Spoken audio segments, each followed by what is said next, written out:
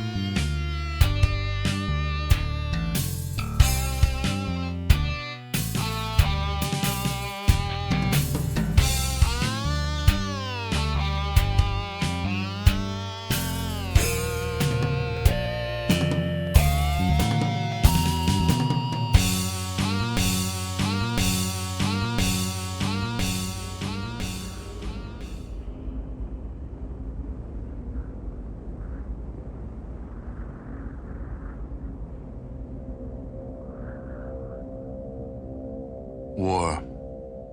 War never changes. The Romans waged war to gather slaves and wealth. Spain built an empire from its lust for gold and territory. Hitler shaped a battered Germany into an economic superpower. But war never changes. In the 21st century, war was still waged over the resources that could be acquired. Only this time, the spoils of war were also its weapons: petroleum and uranium. For these resources, China would invade Alaska, the US would annex Canada, and the European Commonwealth would dissolve into quarreling, bickering nation-states bent on controlling the last remaining resources on Earth. In 2077, the storm of World War had come again. In 2 brief hours, most of the planet was reduced to cinders. And from the ashes of nuclear devastation, a new civilization would struggle to arise. A few were able to reach the relative safety of the large underground vaults. Your family was part of that group that entered Vault 13. Imprisoned safely behind the large vault door, under a mountain of stone, a generation has lived without knowledge of the outside world.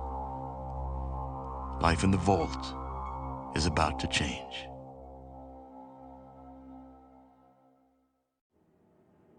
So, this musical arranger no longer tortures your ears with his sonic chaos, and instead tortures them with his voice.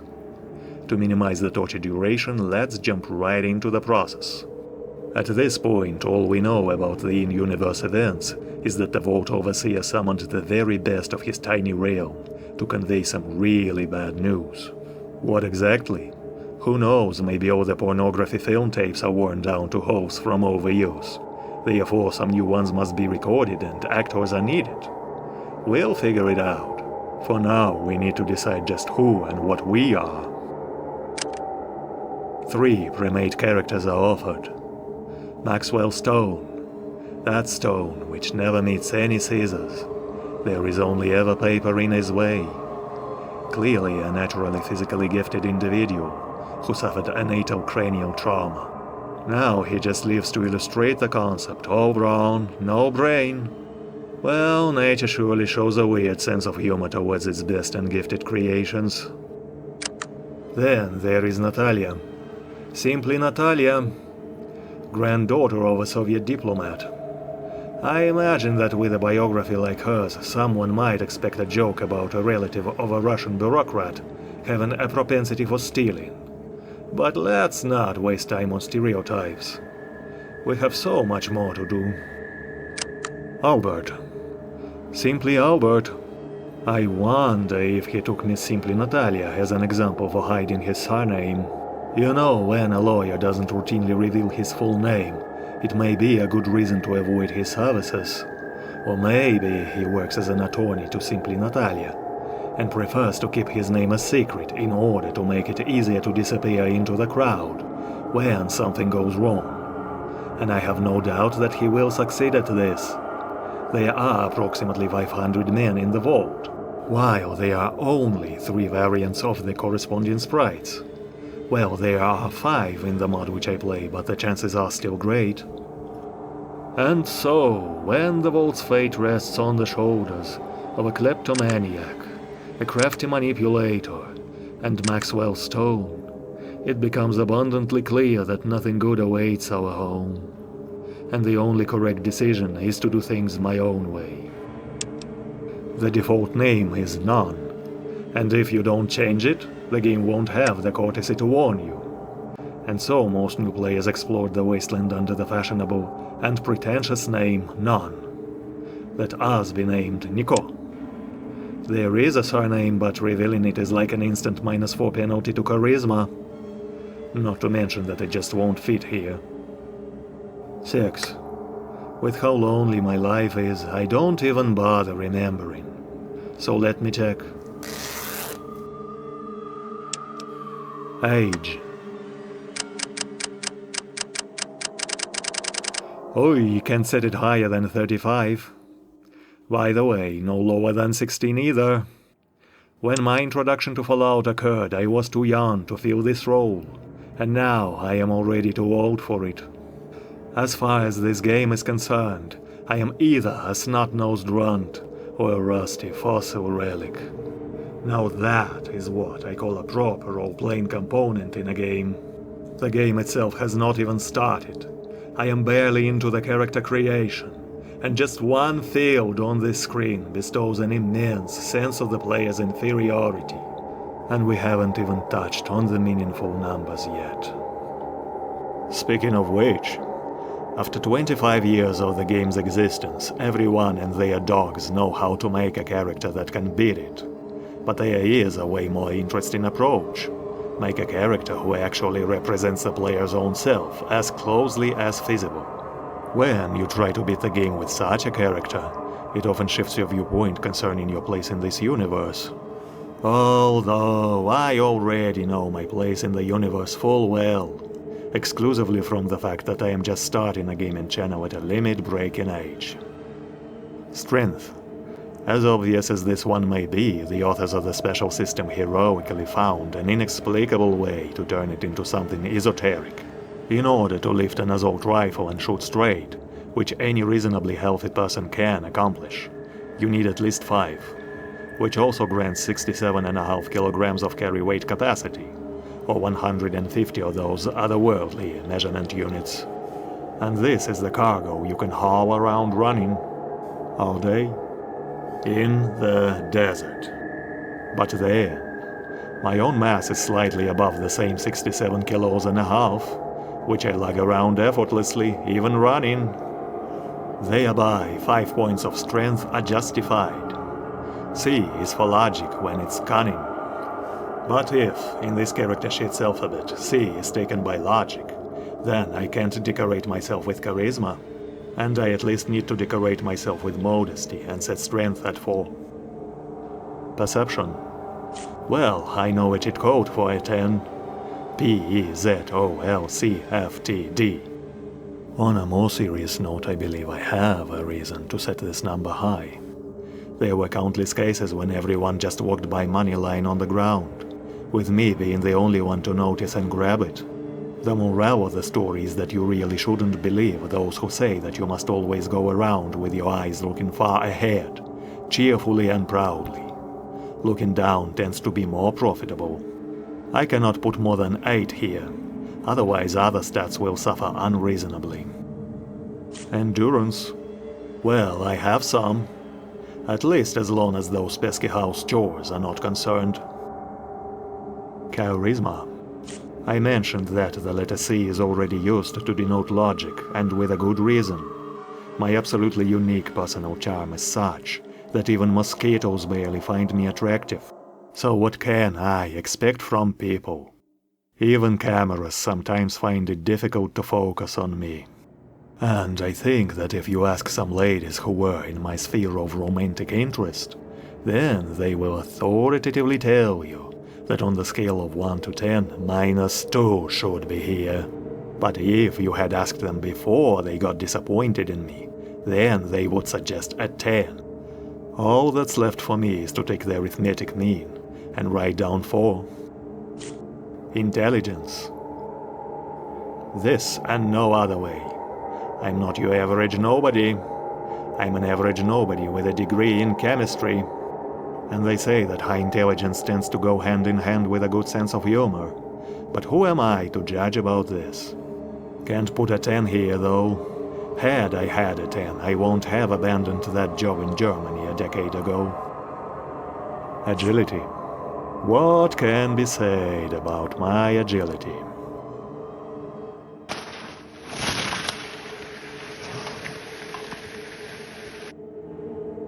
So here we go.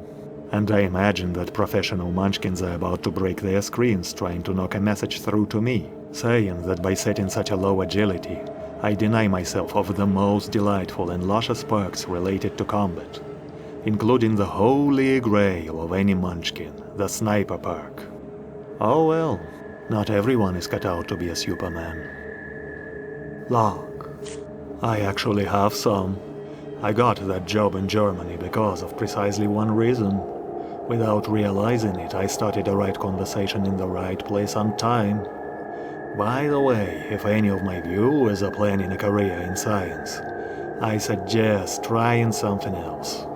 In academic circles, there is only demand for grad students who are eager to work with enthusiastically glowing eyes while earning a pittance, whereas personnel of higher qualification abuse their better paid position by constantly being concerned with credibility of the produced results, rather than thinking about artificially inflating the metrics of research effectiveness. And therefore your only chance to take such a position is hoping that someone has an urgent need to allocate grant money somewhere. Although we are talking about luck here. Well, all 4 of my wisdom teeth grew up perfectly aligned. Despite my limit-breaking age, I still have all the hair in place. One more thing to mention is that after 2 years behind the steering wheel, I understand clearly that I had no crashes only by blind luck, rather than by my own merit. And then there are traits. Additional details, each of which is a proverbial two-sided coin. Or at least that's what they were intended to be. In practice, some of them are harm incarnate, while one of them is so useful it borders on breaking the game balance. The character may have between 0 and 2 of these. Fast metabolism. For people of ectomorphic constitution like myself, this is the standard mode of operation. How does eating nothing but buttered donuts and downing it with beer, and still having nothing deposited into fat or muscle sound like? The part about poison resistance is also true. Even as little as an unfamiliar food product can easily send me along an unplanned journey into the world of shining porcelain and tiling. Good-natured. No, I am not good-natured. I am just a socially awkward penguin from that antique meme. When I once had a conversation with one lady about role-playing game characters, that closely represent players themselves. Yes, picture this, there do exist ladies that can talk your ear off on such a subject. And I even had the luck of a relationship with one. When I phrase it like that, I realize the necessity to do this. Oh yes, by all means leave a snide comment about how I reduced the endurance as soon as romantic relationships got brought up. So anyway, naturally in the course of this discussion, the Dungeons & Dragons concept of alignment came up. She said that if she had made conclusions based on our earliest acquaintance, she would have classified me as evil. But after getting to know me better, she understood that I am not evil, simply a meanie. And despite it all, she still stayed with me. Night person. Ooh. The character will be smarter and more perceptive in the night time, but during the day, intelligence and perception will suffer. On one hand, I rarely go to sleep before 2 a.m., but on the other hand, I can be slow on the uptake during the day, but it only gets worse if I don't sleep in the night. Therefore, pass. Functional one-handedness. Plus 20% accuracy when using one-handed weapons, and minus 40 when using two-handed ones. Now, riddle me this. If the bonus is 20, why exactly shouldn't the corresponding penalty be 20 as well? I can only guess that the developers decided to double it because 2 hands are involved. Apparently, in their alphabet C also stands for logic, albeit not because it's cunning, but rather crummy. Gifted adds a 1 to all special stats, at the cost of a small dip across all skills, most of which will never be used in one playthrough anyway. What is considerably more significant on the flip side is minus 5 skill points at each level up. But then there is the not quite obvious but significant benefit of expanding the range of potentially available perks by tweaking the primary stats. And need I remind you that in this said build the perk assortment is already as wide as the list of promises which politicians actually keep. Simply speaking, this trait is so unambiguously useful that playing without it can be viewed as a separate difficulty level in its own right. And as for me, gifted, right. So what that I learned to read all by myself at the age of 5 after they just explained the alphabet to me? So what that I never cared about studying the subjects I had no interest in, no matter how they tried to convince me? So what that in the ski club I am among the slowest learners, taking 7 years to win in the local beer league, just in the dabbler category? And just so what that... Oh well, I see, gotta take it.